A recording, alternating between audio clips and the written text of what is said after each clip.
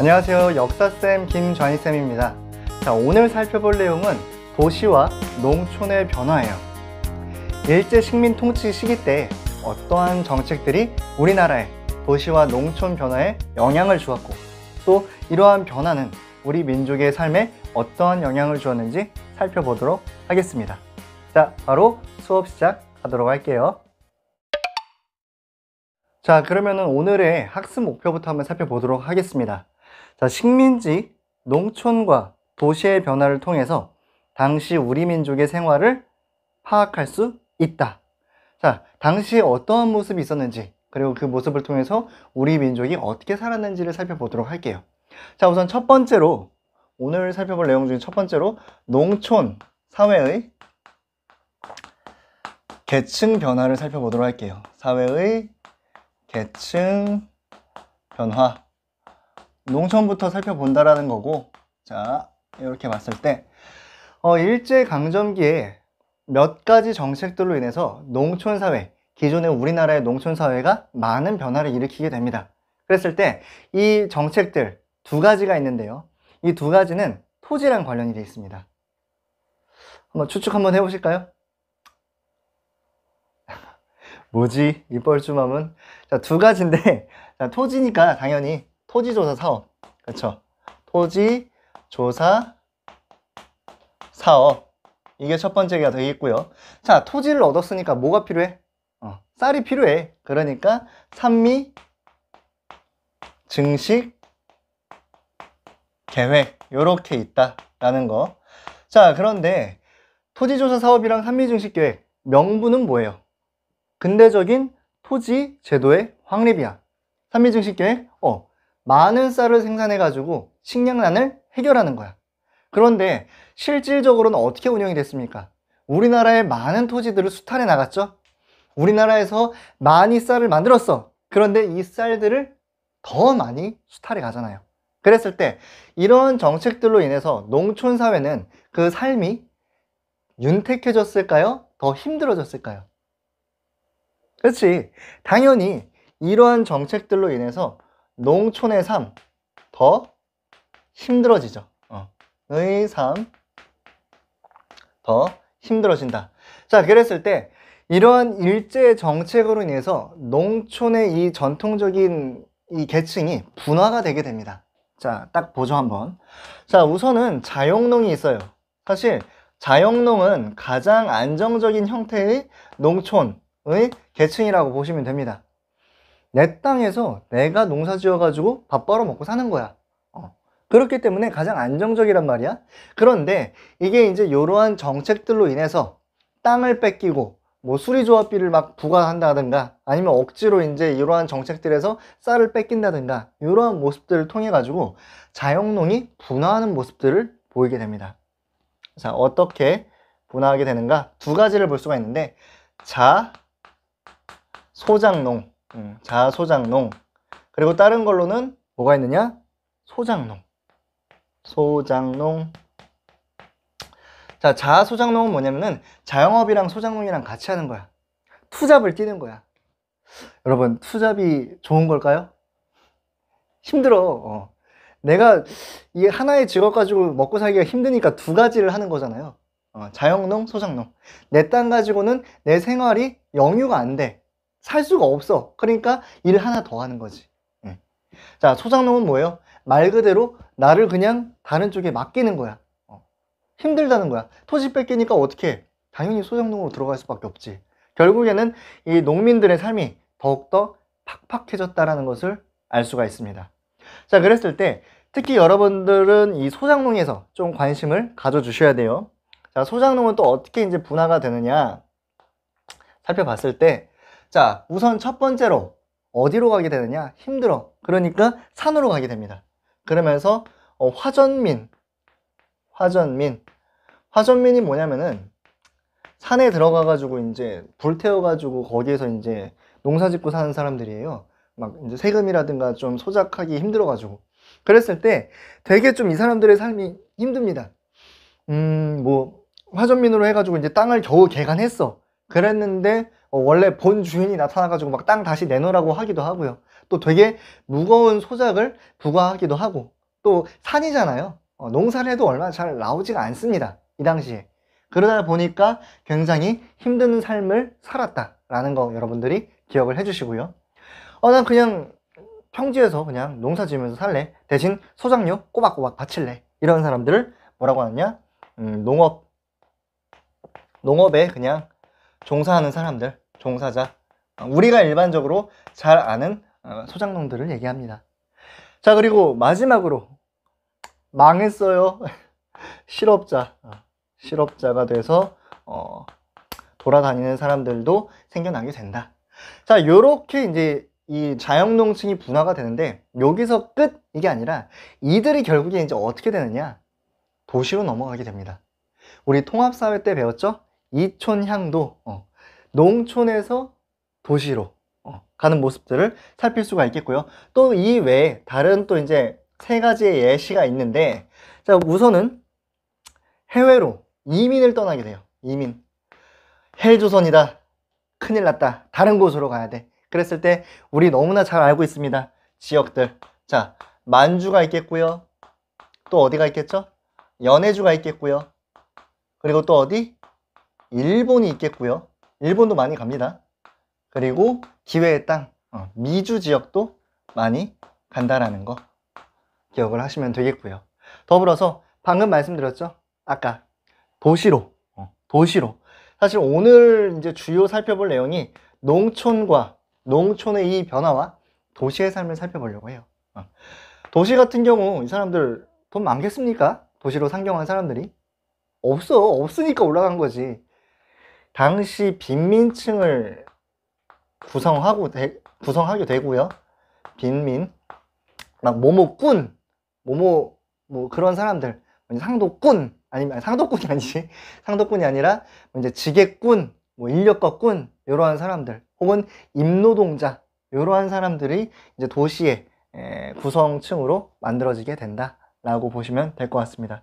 그리고 여기에서도 속하지 못한 사람들, 이제 유리걸식하다 이러는데, 똑같이 이 실업자들이 들어가게 돼가지고 그러한 모습들을 보이게 됩니다. 그러니까 완전히 몰락한 거죠. 자, 요렇게까지가 이제 농촌사회의 계층 변화였다라는 거. 배경으로 얘기하면은 이러한 사업들 혹은 계획들로 인해서 농촌의 삶이 어려워지고, 그러한 상황 속에서 자영농이었던 이 많은 농민들이 많은 계층 변화가 일어나게 되면서 도시로, 외국으로 나아가는 모습들을 여러분들이 살필 수가 있겠습니다. 식민 도시의 발전에 대해서 말씀드릴게요. 자, 겨우겨우 이제 힘들게 농사를 짓다가 도시로 올라왔어요. 그랬을 때 도시는 어떻게 만들어지는가 살펴보겠습니다.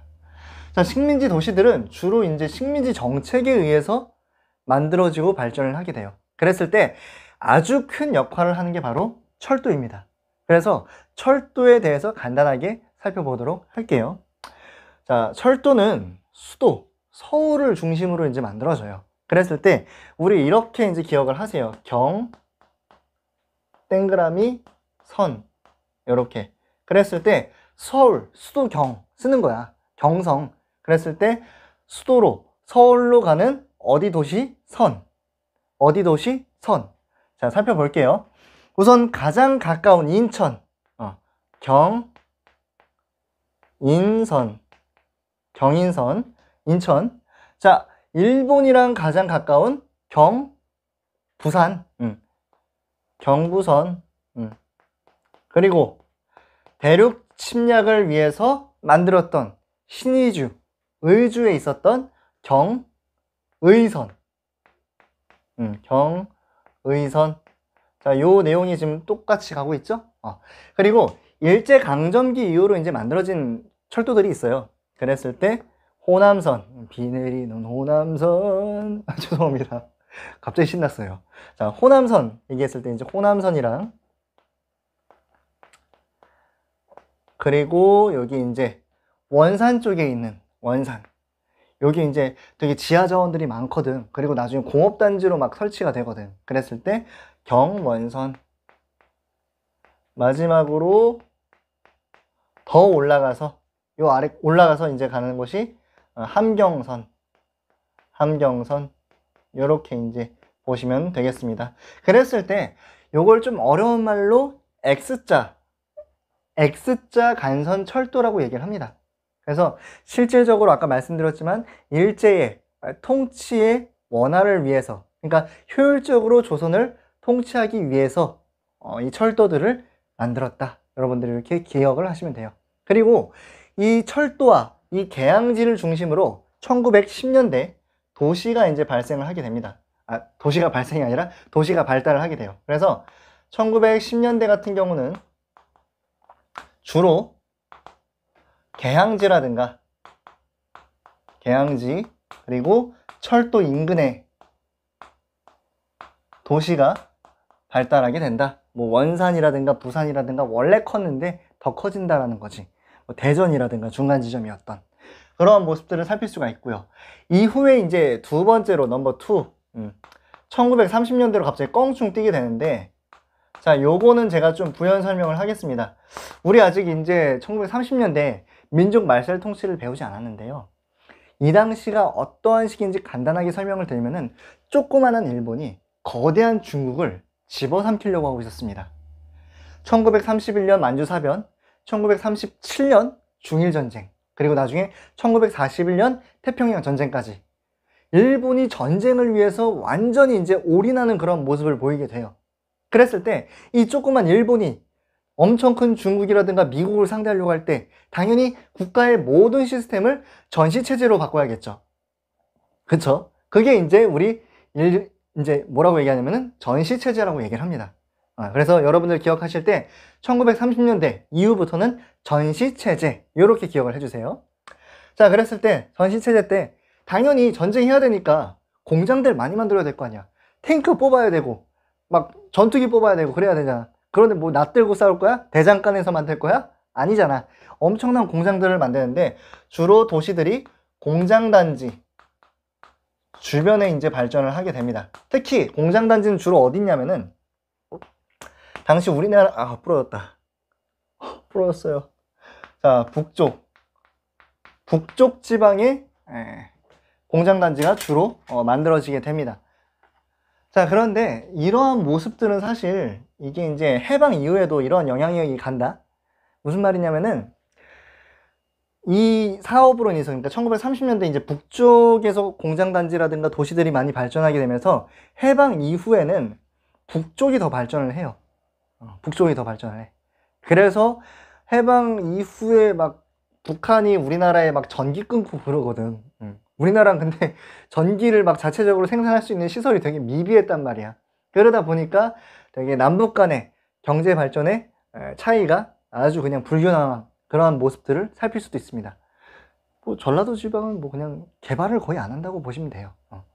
자, 이러한 모습들을 살필 수가 있겠고요. 자, 지방은 이런 식으로 보고요. 가장 중요한 우리 서울 어떻게 운영이 되었는가? 서울 이렇게 보고요. 조선시대까지만 해도 서울의 이름은 한성부였어요. 그런데 이제 일제가 오게 되면서 뭐라고 바뀌게 되느냐? 경성이라고 바뀌게 됩니다. 경성. 뭐. 자, 그랬을 때 지금의 서울이랑 여러분들 일제의 서울이랑 비교하시면 안 돼요. 지금 우리가 살펴볼 건 뭐냐면은, 자, 여러분 들어보셨을 거예요.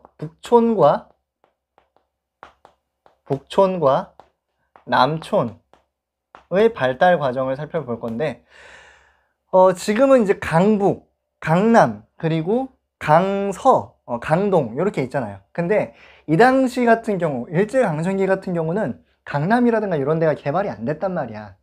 그렇기 때문에 주로 어디? 강북만 위주로 좀 보도록 하겠습니다. 자, 그랬을 때 여기가 이제 강북이에요. 강북이야. 여기 이제 한 리버가 흐르고 있어. 한강. 그리고 북촌과 남촌을 어떻게 구분을 하게 되냐면은 여기 우리 이제 청계천이라고 아시죠? 막 걷고 막 그러잖아. 잘 지내고 있니? 청계천이 있단 말이야. 그랬을 때 이 청계천을 기준으로 북쪽은 북촌, 남쪽은 남촌이라고 얘기를 합니다. 이제 청계천. 갑자기 울컥했어요. 청계천. 자, 이렇게 짓고 북촌 같은 경우는 조선인. 그리고 남촌 같은 경우는 주로 이제 일본인이 있었다. 그랬을 때 주로 이제 어디가 발전을 하겠습니까? 일제강점기에. 그렇죠. 남촌이 훨씬 발전을 하게 돼요. 북촌도 나름대로 열심히 이제 노력을 해가지고 뭐 경제적이라든가 뭐 산업적으로 조금 이제 정치적으로라든가 이러한 좀 영향력을 끼치려고 하는데 당시 일제강점기 내에서 일본인들에게 더 특혜를 주겠지. 그러면서 뭐 백화점이라든가 경제적인 그러한 모든 산업 시스템들이 남촌으로 몰리게 됩니다. 그랬을 때 이 남촌을 또 다른 얘기로 이제 뭐라고 하느냐? 본청이라고도 합니다. 그러니까 본청이라고 하는 건 전체를 얘기하는 게 아니라 어디? 충무로. 그래서 이제 다른 말로 이제 뭐라고 얘기하냐면 충무로나 이쪽 지역을 뭐라고 얘기하냐면은 조그만 도쿄라고 얘기를 해요. 그만큼 외색이 짙은 일본풍이 짙은 그러한 모습들을 보이게 된다. 자, 대표적으로 이제 남촌에 뭐가 있느냐? 방금 말씀드렸던 충무로, 그리고 을지로, 그리고 이제 명동, 이러한 모습들을 살필 수가 있습니다. 그래서 이제 도시 어떻게 발전하였는가? 철도를 먼저 설명을 드렸고요. 철도에 따라서 교통의 요지에 따라서 1910년대에 도시가 발전하게 됐고, 그러다가 1930년대가 되면은 북쪽, 우리 이제 일본이 북쪽으로 나아가야 하기 때문에 북쪽에 이제 전쟁기지들을 많이 만든다고. 그 전쟁기지들에 따라서 북쪽이 도시들이 발달하게 된다.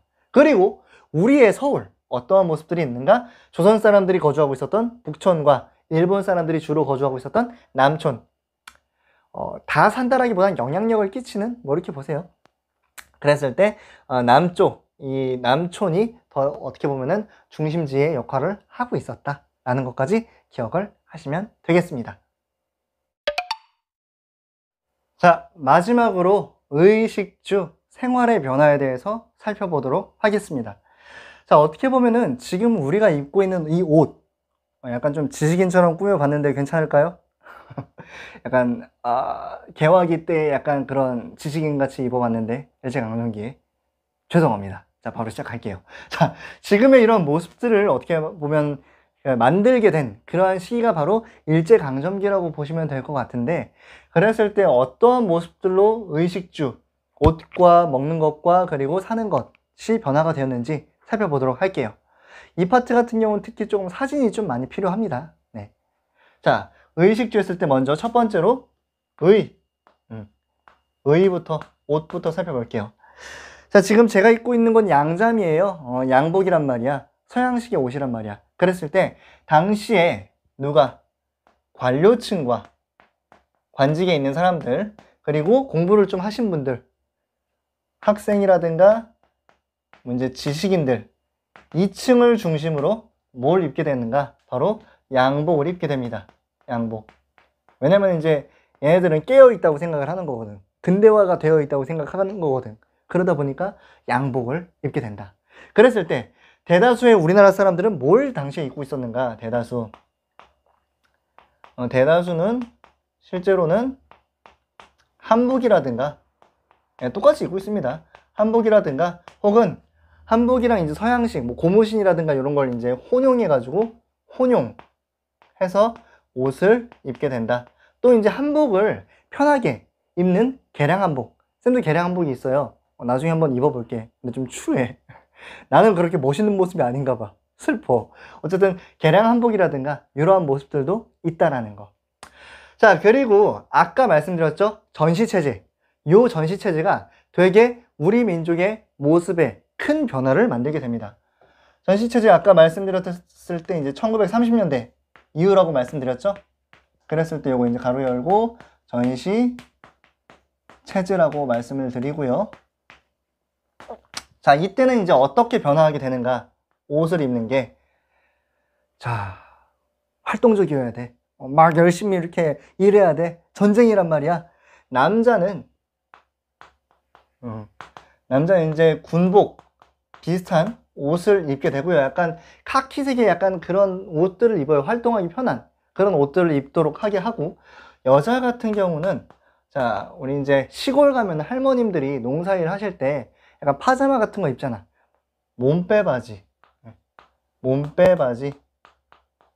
바지를 입는다. 그러니까 전쟁해야 되니까 어디 가든 이제 활동적으로 할 수 있는 그러한 옷들을 입히게 한다라는 게 바로 전시체제의 우리나라의 의생활에 대한 특징 중에 하나다. 사실 뭐 이건 우리나라뿐만이 아니라 일본도 이렇게 입는 모습들을 보입니다. 그러니까 일본이 전쟁을 하기 위해서 그 자국에 있는 일본인이든 우리나라 사람들이든 똑같이 아주 그냥 오로지 전쟁에 올인시키도록 하는 모습들을 살필 수가 있다는 거죠. 자, 옷을 살펴봤고요. 다음에 먹을 거. 먹을 거. 식. 자, 식. 음식은 사실 이게 딱 뭐다라고 얘기할 수가 없어요. 오늘부터 짜장면만 먹겠다. 오늘부터 뭐 아웃백을 먹겠다. 뭐 이게 아니란 말이야. 그래서 일제강점기에는 그냥 이제 외국 음식의 대중화 이렇게 보시면 돼요. 사실 이 모습은 대한제국 말기에서도 사실 보이거든요. 청나라의 이제 호떡이라든가 일본의 뭐 생선회라든가 뭐 초밥이라든가 이러한 것들도 있었고, 또 서양의 이제 뭐 비프 스테이크라든가 이런 것들도 들어오게 되거든요. 그런 게 이제 일제강점기 되면서 보편화되는 모습들을 보인다. 근데 물론 돈이 많아야 보편화가 되겠죠. 그랬을 때 돈이 없는 사람들은 사실 뭐 아웃백을 어떻게 갑니까? 아웃백? 아웃백? PPL 아닙니다. 자, 어쨌든 그랬을 때 너무 비싸. 네, 비싸요. 자, 어쨌든 이러한 모습들, 그러니까 서양 사람, 아니 이러한 대중 음식, 죄송해요, 꼬였어요. 어디서부터 다시 할까? 자, 그랬을 때 이러한 외국 음식이 보편화가 된다는 거죠. 그런데 실제로 가난한 사람들이 어떻게 이런 비프 스테이크를 먹고 초밥을 먹겠어요? 힘들지, 이 당시에는. 그래서 어느 정도 이제 상류층에 있는 사람들만 뭐 그런 것을 먹었다라는 것만 여러분들이 기억을 하시고요. 자, 전시체제가 되면서 어떻게 변화를 하게 되는가? 요게 이제 중요하죠. 요게. 자, 요게 전체 변화고. 그랬을 때 이제 외국 음식 대중화인데 실제로 많은 양곡들이 전시체제 때 빼앗기게 됩니다. 군인들한테 쌀 먹여야 될 거 아니야. 그러니까 일반 백성들은 배를 곱는다고. 그러면서 식량 사정이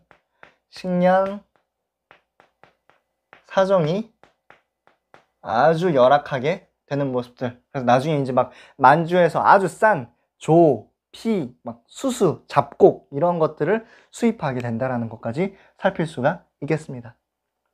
자, 마지막으로 어떻게 살았는가? 주거 형태를 살펴볼 건데요. 이 주거 형태가 아주 가슴이 아픕니다. 여러분, 이 사람의 자존감은 사는 곳에 따라서도 굉장히 결정이 되거든요. 내가 어디 아파트 산다, 내가 어디 산다, 이런 게 사실은 그 사람의 그 하루의 기분도 그렇고 엄청나게 영향을 많이 줘요.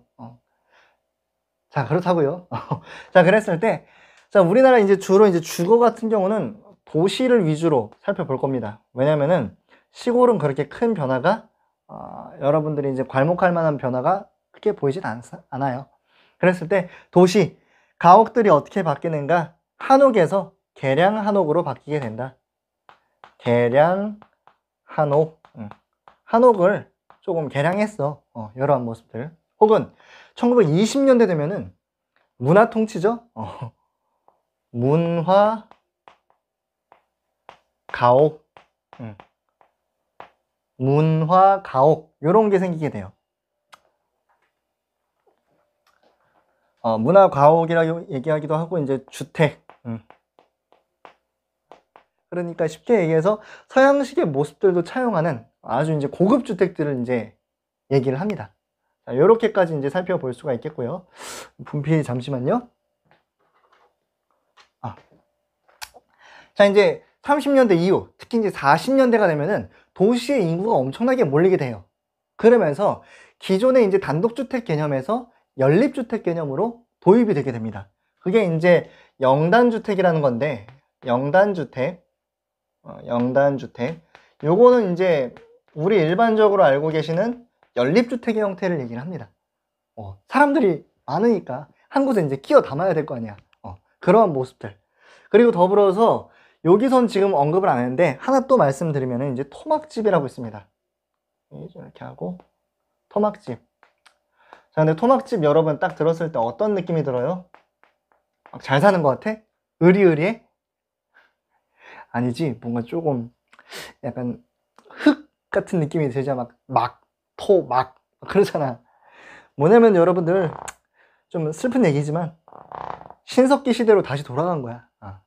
당시 도시의 하층민들이 도시에서 이제 중앙으로는 땅값이 너무 비싸고 또 만들 수가 없으니까 이 도시 외곽에다가 이 지푸라기 펴놓고 위에 웅집 지어놓고 사는 겁니다. 신석기로 이제 다시 복귀하는 거지. 주로 이제 지방 하층민들이 살았고요. 서울에서도 되게 많은 사람들이 이렇게 토막집 생활을 했다라는 거. 한 15,000명 이상이 토막집 생활을 하였습니다.